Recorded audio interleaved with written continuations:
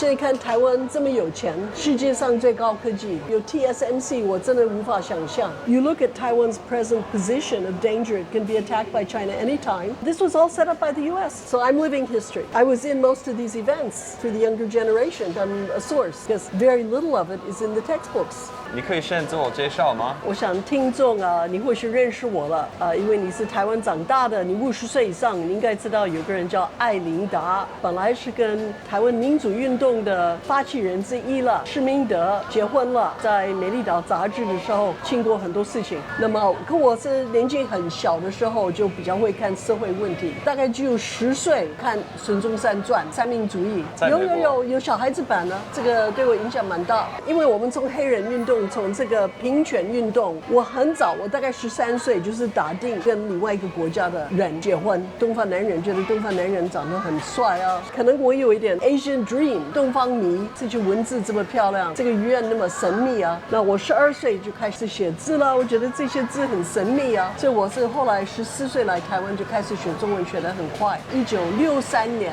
跟我父亲第一次来台湾，他在台湾有女朋友，在 Pentagon 女角家下退休了，那就回台湾了。那美国学校毕业是1966年，所以那个时候我年轻的时候就住台湾有5年了，所以对台湾比较会留情。所以一方面我是喜欢中国文化，然后我慢慢了解当地台湾文化才是真正的华人的文化，因为是华人传统是一个农业社会，是比较道地的。当然我们是看中华民国的文化了，它有什么毛笔啊，什么国画，它算是精英分子的文化，中国北部的文化。那中国的南部文化是来台湾，它有当地人的习俗、信仰、观念，社区的一起拜土地公，是一种迷信没有错，可是它很有人情味。然后是国民党又不承认台湾当地的文化，你要消灭它的冲击了。那大概是我一来台湾就开始感觉到台湾是军事政权，老蒋时代是蛮明显了。邮局也是很可怕的气氛，因为它每一包都要拆开来，甚至电影一大捆，检查的人一个方块一个方块都有在看。政治方面是很恐怖的气氛，因为到处都是标语，反攻大陆啊，你身边都有匪谍了，共匪无孔不入。可是实际上你看到街上都是很多宪兵，很明显的事情，中华民国在台湾已经不是中国了，可是蒋介石是要代表 China， 那美国人一直做宣传说这个 China 是 Free China， 所以大概是来台湾的几乎每一个外国人都会觉得我被骗。It's not China, it's not free, it's hypocrisy。你也不可能问说蒋介石为什么跑到台湾来，你问这个问题，你问就是问题了，你不能问啊。我父亲的朋友都是军人，大部分都是外省人，他会讲说美国是让蒋介石失去中国，因为美国是太靠共产党，要跟毛泽东去延安啊，他们这种说法也是蛮虚伪啊，感觉是很封闭，知识分子不敢开口。那么这个影响到我的思考。So for me, what happened was I was pretty interested in Taiwan politics because my first husband was Taiwanese. When we went to the States in 1969, we suddenly got all this information that we didn't have in Taiwan. 像那个被出卖的台湾都写228的经过，可是早期人家光在美国看就很怕，国民党有很多特务 ，professional students like mine 就也是啊，就是打报告的啦。People who were spied on came back to Taiwan. Some of them got killed. So Chen Wen-cheng, he came back to Taiwan, and later he was interrogated and then thrown off the top of the library at National Taiwan University. So that was in July, and I'd been at his house in May, and he was associated with an underground Taiwanese independence organization. I was also involved with Taiwan Shidai, yeah. And that's how I met康宁祥. I went back to Taiwan to start my research in 1975. Stanford 的老师就指定给我题目是要研究台湾的女工 and 康宁祥 was sitting in my father-in-law's parlor. We just happened to be there, but my father-in-law was giving him contributions. 那些做外销的会支持党外 The government corporations controlled half of the economy. That was in the 1950s and 60s. The economy was growing, but it was not being distributed according to who was making the money. 外省人在台湾统治集团是少数，13%以下。然后是台湾在经济发展的时候，变成本省人比较有钱，本省人比较有土地，本省人比较有劳力，他比较有办法做工厂啊。因为早期的台湾外销的大部分是手工，劳力很密集。那我做这个女工研究对我影响也是很大，而且且我做我的研究是在新店大坪林，那个时候有一个很大的女工宿舍。那个时候台湾人的薪水是不到美国的1/10，所以怪不得这个厂商会来台湾。那台湾的教育程度还算高，一般是白天上8个小时的班，晚上上学校3个小时。那你可以说对女生好，可是他们要很刻苦。1975年的 Circuit Board 都是手工，他要花1个礼拜把1000个线条跟2000个这个小环穿起来。那个时候台湾是比较 low level， 后来慢慢都变成高技术。现在有 TSMC， 我真的无法想象世界上最高科技。现在看台湾这么有钱，生活那么奢侈，盖了高铁了，我真的是无法想象。有101啊 ，Taiwanese were making money on their own, and then they were supporting the opposition. That's part of why the military control lost, because they couldn't control the whole economy as they could before. Another interesting aspect of it, because my background is demography, is the second generation of the mainlanders.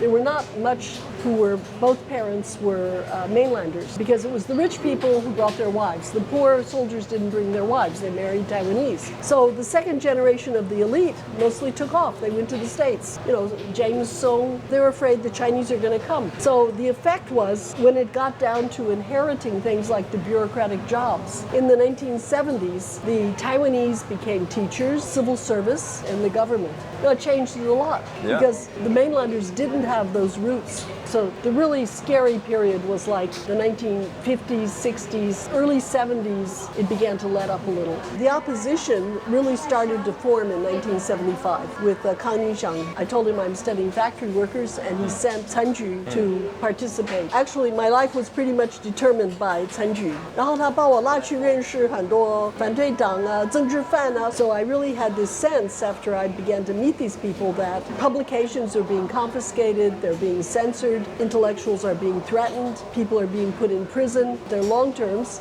and they're tortured. In the process of torture, a lot of people try to commit suicide. Being tortured for 2 weeks is worse than being in jail for 5 years. Well, I divorced my first husband because I kind of felt I was going to join into the Democratic movement, and he just didn't have the guts. At that point, he had a good job in the U.S. He was making good money in the defense industry. That's like quite a statement, like you changed your whole life to do this. I That's did, a huge I did. move. Yeah, I had the feeling like I'm stepping off a cliff. You know, no economic security. I didn't know what's going to happen. The real issue is I found a purpose in life in this. I'm studying anthropology. I'm studying sociology.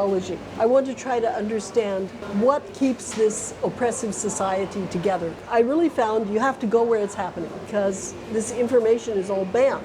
But I think even stronger than that was that these people were my friends, that I felt they were doing very important things, trying to go up against the dictatorship, and I always knew I was not in such danger as they were.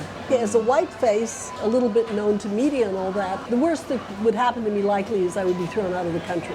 Whereas my friends, if they're arrested, they're going to be tortured. Myself and other people who are doing human rights work very much felt that we have an obligation to expose this. I was working on my research still 1977, and there was a big incident of a riot in Zhongli, the first time it had ever been a riot on the occasion of elections. The crowd burned down the police station, and I was there. So I made an international report right away from a payphone. The security agencies at that time already knew that I was doing human rights reporting, and they decided to kick me out of National Taiwan University, so my visa would expire. So I said, I'm going to marry a political prisoner. With Chen Ju's encouragement. It took me a little while to meet him, but I actually did. So basically, he moved into my house and was living there most of the time for about 2 months, and then we reached a crisis that we got a tip-off that he was going to be arrested. Okay, I got to make the decision. I wrote this paper up, and then we ran to the U.S. consulate and signed the papers. And then we held the big party. He was already on the arrest list, so everybody treated us like lepers. Kind of didn't think people were going to show up, and then actually 400 people showed up. The previous mainlander, Lei Zhen, who tried to form an opposition party, came out of house arrest to be our wedding certifier. It's like the previous democratic movement came and passed the torch on. But in 1977 and 78, it was already clear that the U.S. was going to recognize the PRC. Generally, people did think that the PRC might invade immediately. The issue, which is not written out so clearly, but this is behind the whole movement, is if Taiwanese don't speak up for themselves now, which means opposing the dictatorship, you may be coming under under forever control of the PRC. Basically, the whole world said, oh, Taiwan is Chiang Kai-shek. It's like a rump government that should have been taken over decades ago. So the Taiwanese fear is nobody knows that we want to have our own country. People like 本省人. Yeah, 本省人. So it has an ethnic side to it. Basically, you have to throw off the dictatorship of the mainlanders. Probably when the movement really kicked off. We were originally preparing for the election on the end of 1978. The number of seats open were still only a very small sliver, or maybe 10 seats out of 500, because this is still the legislature that came from China. It's still very, very significant as showing the direction of popular opinion. And then Carter announced that the U.S. was going to recognize the PRC. Jiang Jingguo stopped the election, put out all this propaganda. Anybody who criticized the government is an ally of the PRC and should be suppressed. We had to use couriers, couldn't say things over the telephone. Our building was watched by 3 security agencies plus a spy who was fixing shoes across the street. This movement kept going. We were planning activities like every 2 weeks or so. The pattern was the government would arrest 3-4 people, and then we would have a big rally. Maybe they'd get out a week later. So this continued really to the point that the government had to either start liberalizing or make a huge crackdown. When the U.S. recognized the PRC, Carter had actually cut aid to some of the Central American dictatorships. So I think the KMT was at an uncertain position with the human rights policy of the U.S. So the government needed an excuse to arrest people. We just walked right into the trap. The trap was the Kaohsiung incident that we held this huge unauthorized rally. About 200,000 people showed up. It's a huge gathering. It's peaceful. The riot police closed in with trucks with tear gas, and then struggle broke out with the help of the thugs that had been hired by the government. The thugs went after the riot police. The government wanted to create the excuse that there was an uprising. 13 of the central people were arrested, including my husband. They were all arrested at my house. And then downstairs, the provincial assemblyman Ling Yishong was arrested, and later his family was murdered. His mother and his 3 children were all knifed. Yeah, these are all people I knew. I lived on the 2nd floor. Of course, we knew that it was the security agencies that had killed them. Of course. It happened after I was thrown out of the country. No, I was physically arrested, taken to the airport, and my research material disappeared. They would not let me go home to clean up my stuff. I was really picked up off the street. While they were on trial, me and a few hundred Taiwanese in the United States were doing a media blitz. We also had a congressional hearing. So it was really the effect of all these people mobilized that forced the trial to be opened. Actually, the public event of the trial probably had more impact than the whole year of mobilization before that. I must say that Nori in court was smiling broadly. You know, I mean, he expected to be executed, but he was like what he had lived for, to be able to make a public statement. And he made a very good case for Taiwan's international position and right to self-determination. That's why the Kaohsiung incident is the watershed. The Kuomintang lost control. They lost control of the media. All this stuff that you couldn't say before was out in the open, The DPP was not actually founded until 1986, but this basically came out of this trial. The lawyers who dared to represent the defendants, they became the leadership of the DPP, including Chen Shui-bian. Yeah, he was actually my husband's lawyer.施明德got out after 10 years. The others were mostly 6 years and something. So were you able to talk to him at all during that 10 years? I'm not quite sure what I would say to him personally. So before we were married, I loved him. After we were married, I could kill him before the KMT did. But it's not surprising in that we were married under a situation of duress. His overall attitude was he would not marry a Taiwanese woman because it would be too painful for them, because they're going to be separated. He had seen a lot of people executed, people who went to their death singing Taiwan Dot Li and saying, he always expected, I'm going to be killed. So for me also, I found a purpose in life in this. What I didn't realize, my original trajectory was pretty blocked. I was blacklisted even when I was in the States. I couldn't get an academic job. I couldn't get a job in business. People would pretty soon figure out who I was. Oh, you're sympathetic with those leftists, huh? I appealed several times to come back. I was not approved, and I was declared a threat to national security. I was very proud of that. It actually came out in the newspaper. In the 1990s, I was allowed back in 1990. The DPP was rising.施明德got out of jail, was hugely famous and popular. There was some expectation that he would be president. By about the mid-90s, I was very much disappointed in him. Thought that he would respect the fact that I'd gotten a PhD with global economics, spent all this time with the Taiwanese overseas. He didn't trust my judgment and my knowledge about what kind of foreign relations we should have. So we went to South Africa in 1994 when Mandela was taking over, and this was like for the KMT to show, oh look, we've got an opposition too. So we were playing a role of a flower pot, you know, and I was trying to explain this all to him. We were being manipulated by the KMT. Basically, I divorced Shimingdo after our trip to South Africa.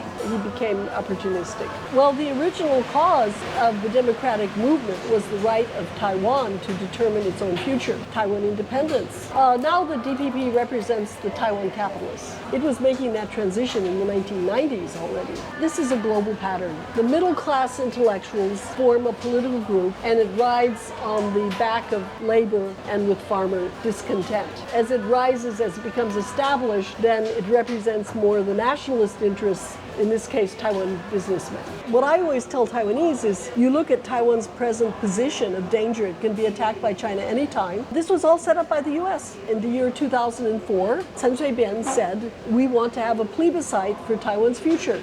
The U.S. and people I knew in the State Department came down on him, saying, no, you can't do that. You can't cause trouble. You can't endanger the U.S. relationship with China. Well, at that time, China was only a quarter of the economy and the power that it has now. The DPP did not have the guts to continue that line. I think this is something that the Taiwanese don't want to recognize. They don't want to admit. You know, the Taiwanese are a pawn. They have no choice but to be largely aligned with the U.S. But what the U.S. is doing is always in its short-term interest. Okay, they tell us to buy weapons, let's buy weapons. The DPP is pretty much in a holding pattern of not offending the U.S. They don't have a long-term vision. I mean, the Republic of China doesn't exist in the world anymore.